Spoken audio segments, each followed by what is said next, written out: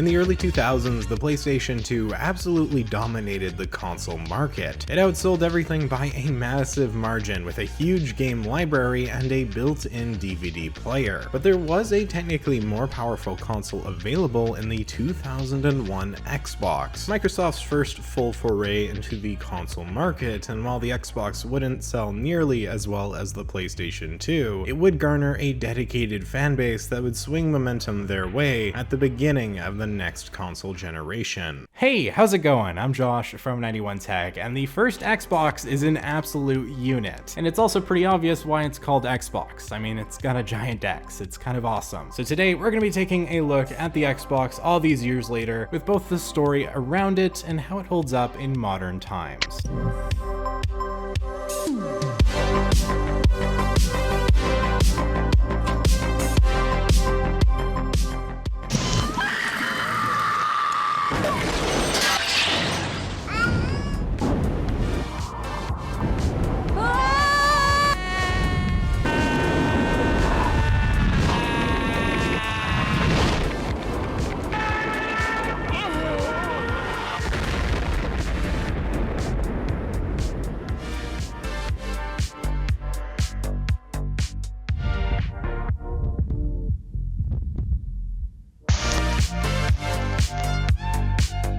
Okay, yeah, I have to acknowledge that. That was the weirdest commercial for any video game system I have ever seen, and this is coming from a guy who did an hour-long video on Sega, and they have a lot of pretty crazy commercials. I cut actually a lot of it out to shorten it, and supposedly it was banned as well, which wouldn't surprise me, but anyways, let's get right into this video. The original Xbox is huge, just giant. Until the PS5, I'd say it was the biggest console, although it actually looks kind of reasonable compared to the oversized white router, so there's that. It's pretty clear how the Xbox name plays into the system, as it quite literally is a box with a big X, which is kind of an awesome design element. And for such an awesomely designed console, you're gonna want to make sure it's forever functional. There's an essential mod every single Xbox owner needs to do with their Xbox if you haven't already, and that's remove the clock capacitor. That might sound fancy, but it isn't. It's a large capacitor on the motherboard that basically provides power so the console remembers the time when you unplug it, so you don't need to set it every time you plug it into a new place. The problem is these capacitors from the early 2000s were very cheaply made, and 10 to 15 years down the road can suffer from leakage issues. And if acid ever gets on your motherboard, it can kill your console completely. I'm gonna post a link in the description to a really good video that gives a tutorial and also explains everything behind the clock capacitor, so I strongly recommend checking that out if you have an Xbox. I'm not gonna waste time fixing it here on camera. It's a fairly simple process. You can remove it by hand or with some pliers, and it doesn't need to be replaced after. Not every Xbox needs to do this, so I'll also link a wiki page that goes more in depth on that. Mine was from 2002, so it did. But once this was done, I turned on my Xbox, and sure enough, it was still working. And of course now, without the clock capacitor, every time I unplug the console, doesn't matter how long it's been, the clock will need to be reset. So looking at the inside of the Xbox, I have to say it's pretty cool, and it really looks like a PC board, which makes sense given it was made with PC components. It also was surprisingly clean. It was a little bit dusty, so I did end up air blasting it with compressed air a little bit later, but still, it must have been not that used over its lifetime, or maybe just in a well-ventilated area. But let's back up here a little bit. Before we talk too much about the hardware and the games like the revolutionary Halo, let's establish a bit of context behind the console itself. Coming into the new millennium, the only next-gen system that was out yet was the Sega Dreamcast, with the PlayStation 2 launching in 2000. The Dreamcast is really interesting to look at because technically, the Xbox wasn't really the first console Microsoft worked on, the Dreamcast was. That's right, and on the front of the console we even have a little compatible with Windows CE badge. The Dreamcast was so ahead of its time, and it really should have done a lot better in sales than it did, but once the PlayStation 2 would come out, the brand was such a behemoth, Sega just couldn't survive. The original PlayStation had done so well, and the Sega Saturn had already hurt them financially and ruined their reputation. Microsoft had developed actually a custom version of Windows CE using DirectX for the Dreamcast, making it easy to port PC games to the platform. Despite this being what I would consider a great idea, developers would end up preferring Sega's development tools, so it didn't really get utilized a lot. Another interesting fact, the Dreamcast was the first console to have online connectivity capabilities, which was super futuristic. The Dreamcast would go on to sell 9 million units, which isn't too bad given it was around for only about 2 years, and once it was discontinued, it really looked like Sony and Nintendo were well set to rule yet another console generation. But that wouldn't be the case, with the Xbox actually outselling the GameCube. Now, to say Nintendo and Xbox were necessarily competition with the PlayStation 2 might actually be a bit disingenuous, as here's a chart of all the sales from this console generation, and as you can see, PlayStation kind of destroyed. The PS2 ended up being the best-selling console of all time, and by a very, very, very wide margin compared to its competition. The GameCube doing worse than the Xbox might be kind of surprising, but the GameCube was actually much more of a failure than people usually realize. What really kept Nintendo afloat during this time were their handheld sales, and had the Wii not been an insane success, they may have stopped making home consoles altogether. But this just goes to show you why Sega couldn't keep up. Both Microsoft and Nintendo were not hitting the sales numbers they wanted, and in Microsoft's case, they were selling the console at a loss to begin with the manufacturing price being significantly more expensive than the retail. And all in all, Microsoft would lose $4 billion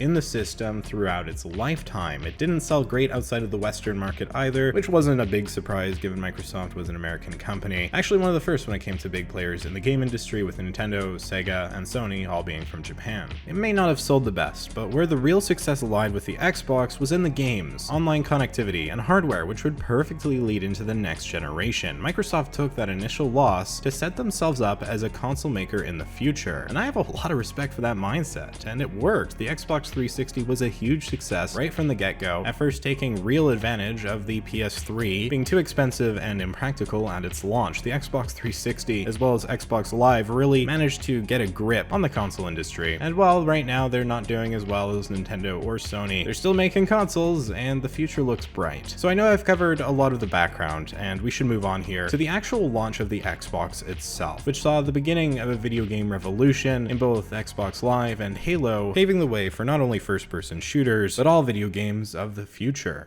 I just got into Xbox Live. I have this really great high-speed connection, and I was playing one-on-one NFL Fever against some other players from around the country. Now my gamer tag, my online ID is Dark Master. I was just being friendly. I mean, I'm not one of those game guys that gets like totally absorbed, you know?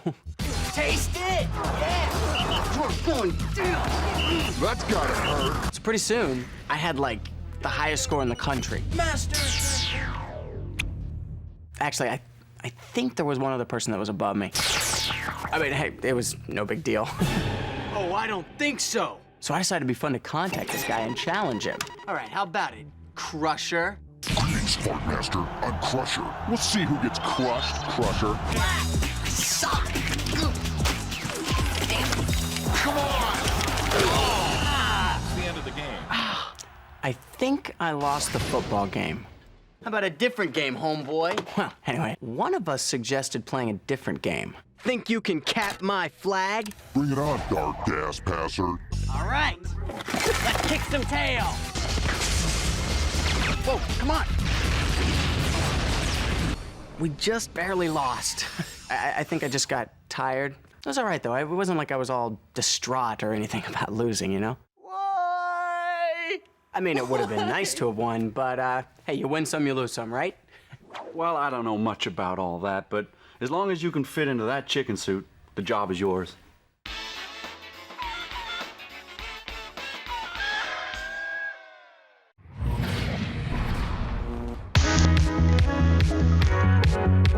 Microsoft had seen the PlayStation 2 launch a year before the Xbox, and the ability to play DVDs concerned them, as they foresaw consoles overtaking personal computers in the home, and given that their main business was in fact computers, this concern made a lot of sense. With this in mind, the Xbox was built around typical PC components, with variations of Windows and DirectX and software to play games and media. It was essentially a pretty good PC for the time, not unlike the PlayStation 5 and Xbox Series X of today actually. It even had a built-in hard drive like you would would find in a computer, being the first console to integrate this. And that wasn't the only major addition taken from computers. You also had an Ethernet port, which allowed for broadband connectivity, which meant with Xbox Live eventually, you could play games online. And that opened a whole rabbit hole of opportunities. That early grasp of online gaming would be the major selling point of the console, along with of course Bungie's Halo, which we'll talk about when we get to the actual games. The launch of the Xbox would take place in the November of 2001 in North America, being one of the most famously clipped announcements ever, with Bill Gates and Dwayne "The Rock" Johnson showing off the system. Yeah, the 2000s were so much better when it came to showmanship. The North American launch would be huge, with 1.5 million units sold before the end of 2001, and by the April of 2002, Halo Combat Evolved would have already sold 1 million units as the headlining exclusive title for the system. Halo would go on to sell 4.2 million units by the July of 2006, which was huge for a game in the early days of gaming. Or at least earlier days of gaming. I guess it wasn't really the early days anymore, but it was still super impressive. And Halo 2 would launch in 2004 with a record-breaking 1.5 million copies being pre-ordered and huge lines forming at over 7,000 midnight launches across North America. Halo 2 would actually become the highest grossing release in entertainment history, making over $125 million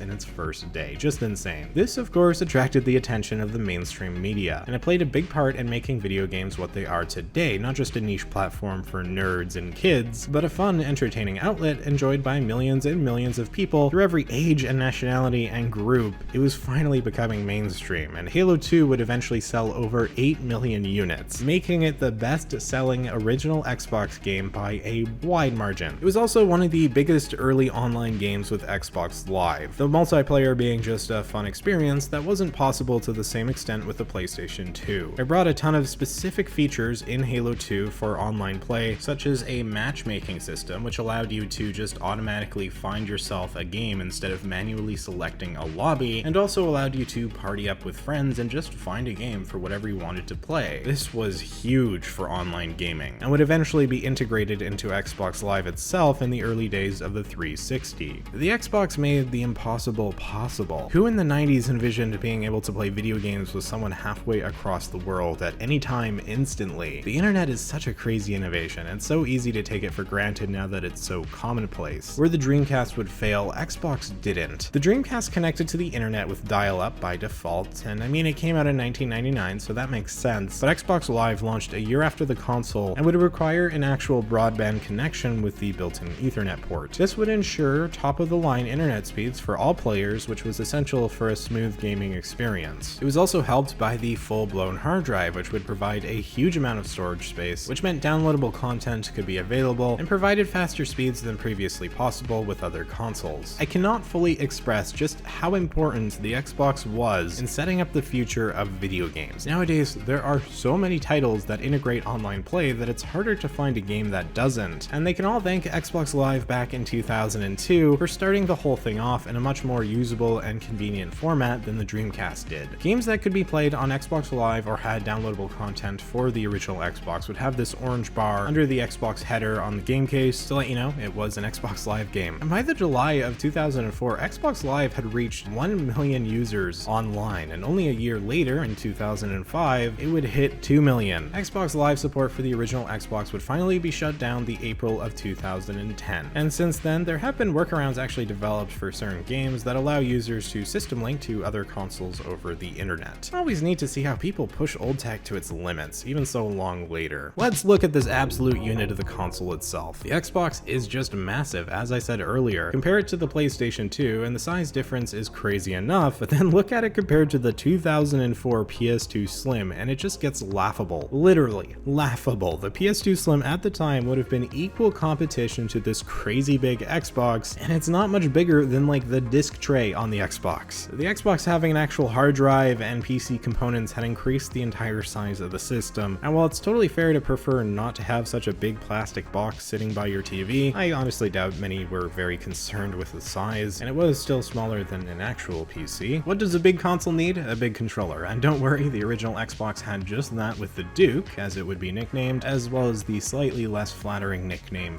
Fatty. You can see it here as I recently picked it up off eBay in a bundle with the generic third-party controller and the more common smaller S controller for about 30 bucks Canadian, which is pretty good for 3 controllers, and you can see just how big the Duke really is compared to that S controller here. It's huge, bulky, and just ridiculous. Even awarded Blunder of the Year by Game Informer in 2001, and ranked the second worst video game controller of all time by IGN. The designer apparently had never even used a game controller before being brought onto the project, and I feel like that's not a huge surprise, although it's hard to blame her completely, as apparently the circuit board was very poorly designed and needed a shell this big, like it was just a huge circuit board for the controller. But clearly they knew how to do it better, because the S controller exists, and it was actually the launch controller in Japan. A year after the Xbox launched, Microsoft rightly gave up on the Duke and started selling the controller S and bundling it in with all their consoles instead of just the Japanese market. And so that's the more familiar Xbox controller that feels actually quite similar to a 360 controller. We even have triggers here, which is pretty cool, and they push in just like a modern controller, but we don't have bumpers. Instead, we get these white and black buttons. On the S controller, they work fine, but on the Duke, they're actually right above and beside the main four X, Y, A, B buttons. So while playing with the Duke controller, I found myself accidentally hitting those buttons way too often as I was trying to hit either B or Y. It didn't help the main buttons were shaped a little bit differently, more like ovals instead of a typical circle, and it just felt really off to me. One thing the Duke really did well though, as well as on the S controller, is the offset joysticks, as this is a trend that has continued to this day, with most controllers out there doing something similar. Except for PlayStation, you might notice it looks kind of like a Dreamcast controller, and it even has like this accessory slot here where apparently you can put in a memory card if you can't fit everything on the hard drive, or maybe you want to bring saves portably. But either way, it's cool, and again, a lot like the Dreamcast. There was a lot of inspiration taken from the Dreamcast. It's obvious, and I think that's pretty cool. One thing that I do really like about these old controllers is they are wired, of course, and they plug into the front of the console where we have 4 controller ports, but the wires are actually quite long, and they have these breakaway cables, so if you yank on the cord or whatever, they pretty easily just pop off. This almost like a dongle that plugs into the console itself, giving it not only a little bit of extra length, but also making it a little bit safer. Notably also, the PlayStation 2 only had 2 ports for controllers, and you would need an adapter for 4-player games, and split-screen gaming would be very popular on the Xbox, particularly with the much-loved Halo multiplayer. All in all, the controller situation was pretty darn good on the Xbox. It was rough to start with the Duke, but some people do really nostalgically look back at it, and using it today, it's not that bad. I just feel like there's no reason for it to be this big, but for whatever reason, a lot of people like this controller, probably just nostalgia, let's be real. So partnered with Microsoft, Hyperkin actually made a new version of this controller for Xbox One and PC a few years back, which you can see here. You can still buy it today, and you know what, that's actually pretty cool. The design of the Xbox as a whole is one I really like. The black plastic shaped into the big X with the old bold Xbox fonts on the front within that green circle, and big gray power and eject buttons that light up green when it's turned on. It all screams of the early 2000s, and in a very good way in my opinion. And if you're so inclined, you can even find translucent plastic Xboxes, the most common being the green Halo one, which looks absolutely awesome. I have a Halo translucent controller, and it looks awesome, although yeah, the joysticks are really well used, to say in the very least. But all in all, love the design of the Xbox, and the green and black aesthetic is one Microsoft has run with, still using it today. Turning on the system, we get that beautiful 3D animation with this green blob turning into the Xbox logo, and then I hope you like green because we get a lot of it with this menu. It's a pretty simple OS. It'll bypass this if you have a disc in the system, by the way, just like the PS2 would. And it's functional, it's got a place for music, and with homebrewing, you can open up a lot of possibilities, including changing the colors, but also using it to watch media. So not a lot to say about the OS other than it's cool and very, very 2000s. I mean, everything about this Xbox is 2000s, from the games to the media surrounding it to the commercials, some of which are extremely weird, and it sure wasn't thanks to those commercials that the Xbox sold so well. We all know why it did. Halo 1 and Halo 2 were the big ones, but there were also a lot of other exclusive titles to the system that made it worth buying. We've talked a lot about the hardware, about Xbox Live, about its launch, and how Microsoft were setting themselves up for the future. But of course, it's so important to remember why people love this console. It isn't the console itself, although that's a part of it. It's the tremendous and fun library of games.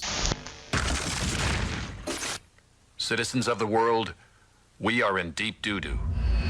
Aliens. There's a lot of them, and they're meanies. As peace-loving humans, we must take up arms. And by arms, I mean guns. United, we will form a giant can opener, and we will open a giant can of whoop-ass. Halo, Combat Evolved.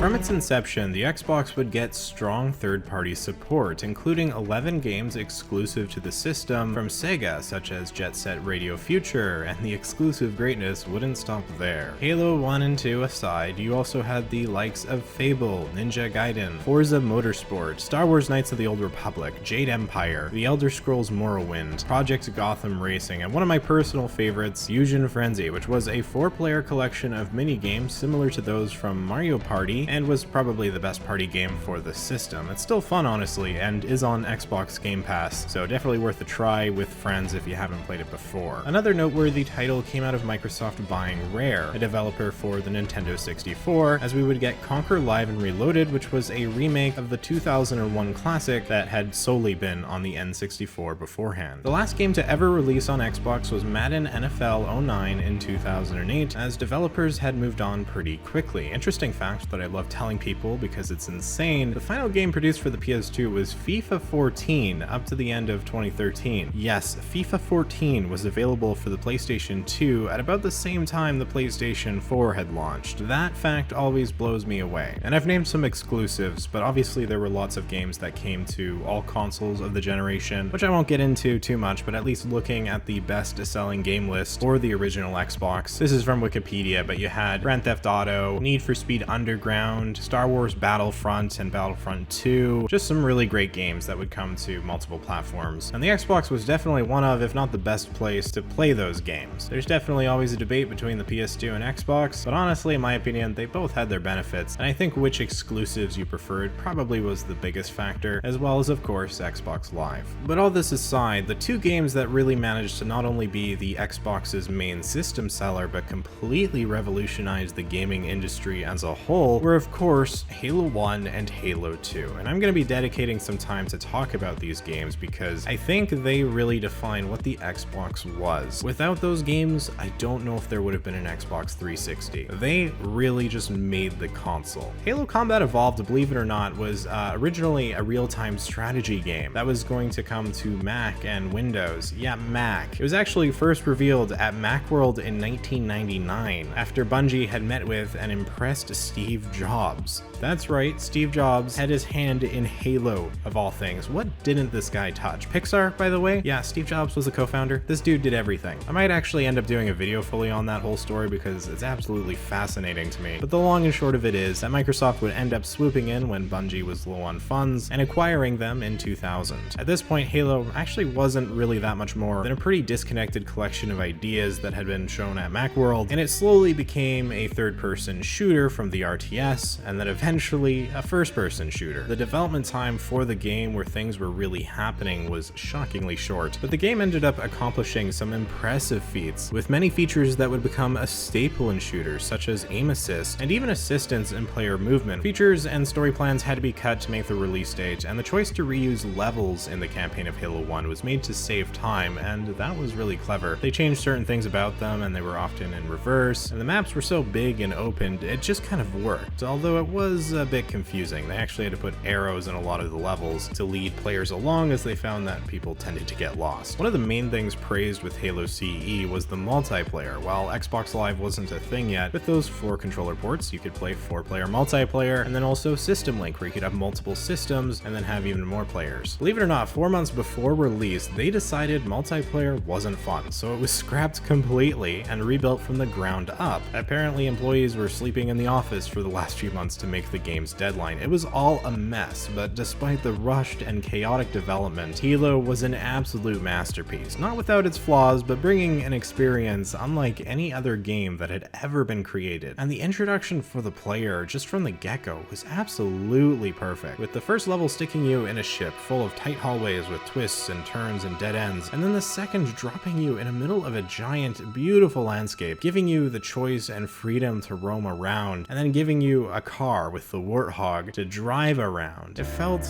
open world without being open world, and ended up being one of the most iconic game levels in history. and one of the most iconic games in history. Funny side note, the name Halo was one that marketing research teams hated as they felt like it would confuse customers who wouldn't know what the game was about. That's why the subtitle Combat Evolved was added to give off the keywords and inform people, hey, this game is about military and shooting and, killing things. It was a smart touch and one that doesn't really detract from the title, which is nice. There was also some criticism concerning the colorful palette, as the game was bright as opposed to dark and gritty like many other shooters, but that would end up being one of the reasons people loved it. This game has been remastered and ported over many times since, and today probably the best way to play it is the Master Chief Collection on Xbox or PC, although the original Xbox version is considered the most superior as the PC version was kind of a broken port. It's a long story, although Microsoft is fixing some of that stuff now. Basically, you can play it in higher resolutions now, which is nice, and if you'd prefer, there's the Anniversary Edition, which has some newer looking graphics. All in all, Halo CE was a crazy big success, and so 3 years later, in 2004, Halo 2 would become the biggest entertainment launch ever, and as already talked about, would bring revolutionary online gameplay, while managing to build on Halo's pre-existing story, universe, and action.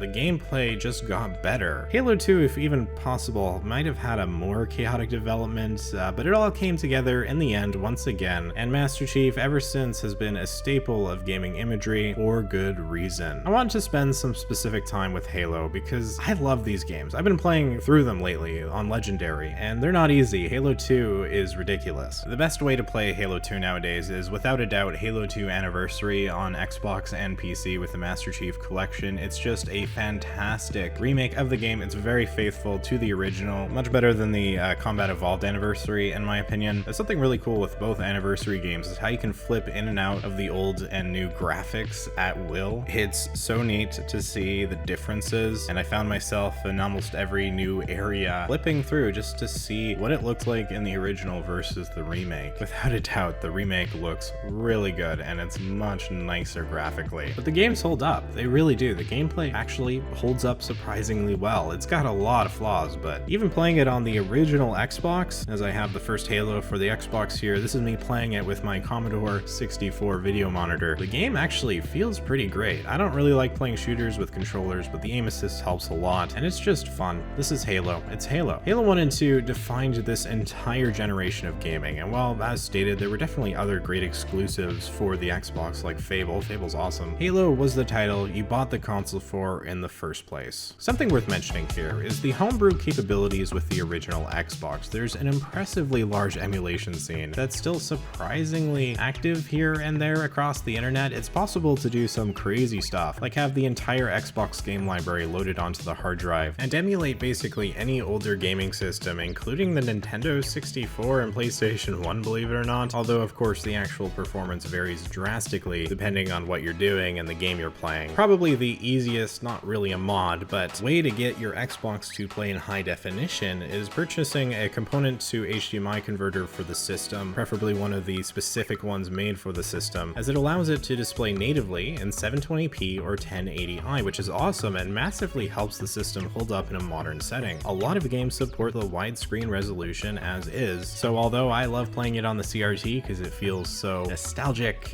you can probably play it on at least a smaller widescreen and actually get pretty good quality. On the flip side of all of this, if you're wanting to emulate the Xbox on your PC, that's where you're likely going to have issues. The hardware of the Xbox is strange, and there hasn't historically been too much progress in emulating it. There are definitely some cool projects out there, but nothing that's anywhere near the reliability of even where we're at with the PS3 and Xbox 360 emulation, which has come very far. And honestly, I don't think it really matters, as the vast majority of original Xbox titles are either available on other platforms like PC, or another platform like GameCube or PS2 that can be emulated with one of those emulators, which are really reliable, or is maybe backwards compatible with newer Xboxes. Xbox nowadays is great with backwards compatibility, with a lot of the old games being completely playable today. If you want to play some of the old classics, there are definitely options, so that's always fantastic. The games were great, the Xbox was great, it was just all great, and coming to the Xbox 20 years later, it's hard not to just have so much respect for the system and what it accomplished, even if it didn't sell nearly as much as that PlayStation 2. The Xbox holds up 20 years later as one of the greatest video game consoles of all time, as well as one of the most revolutionary, and I don't think that's ever gonna change. And with that, I hope you enjoyed this nostalgic look back at the original Xbox and its history 2 decades later. I might not have grown up with it, but I still really enjoy the system. It's quite the machine, and I'm glad I finally got the chance to take a look at it. I've had this console just sitting around collecting dust for like a couple years now after finding it at a secondhand store for maybe 30 bucks, so nice to put it to some use and have a nostalgic trip through the early 2000s. Just had a lot of fun making this video, and I've had a lot of fun playing Halo recently as well, so I hope you all enjoyed this. And with that, I think I'm right about done here. Did any of you ever have the original Xbox? What was your favorite game? And I mean, okay, it's probably Halo, but Halo 1 or 2? Make sure you leave a comment down below. If you found this video interesting, maybe hit that like button and consider subscribing for more content just like this. You can follow me over on Twitter and Instagram at 91_tech if you'd like to for some reason, and we have a tech Discord as well if you're into tech. Thank you so much for watching, I really do appreciate it. I'm Josh from 91tech, and I will see you all next time.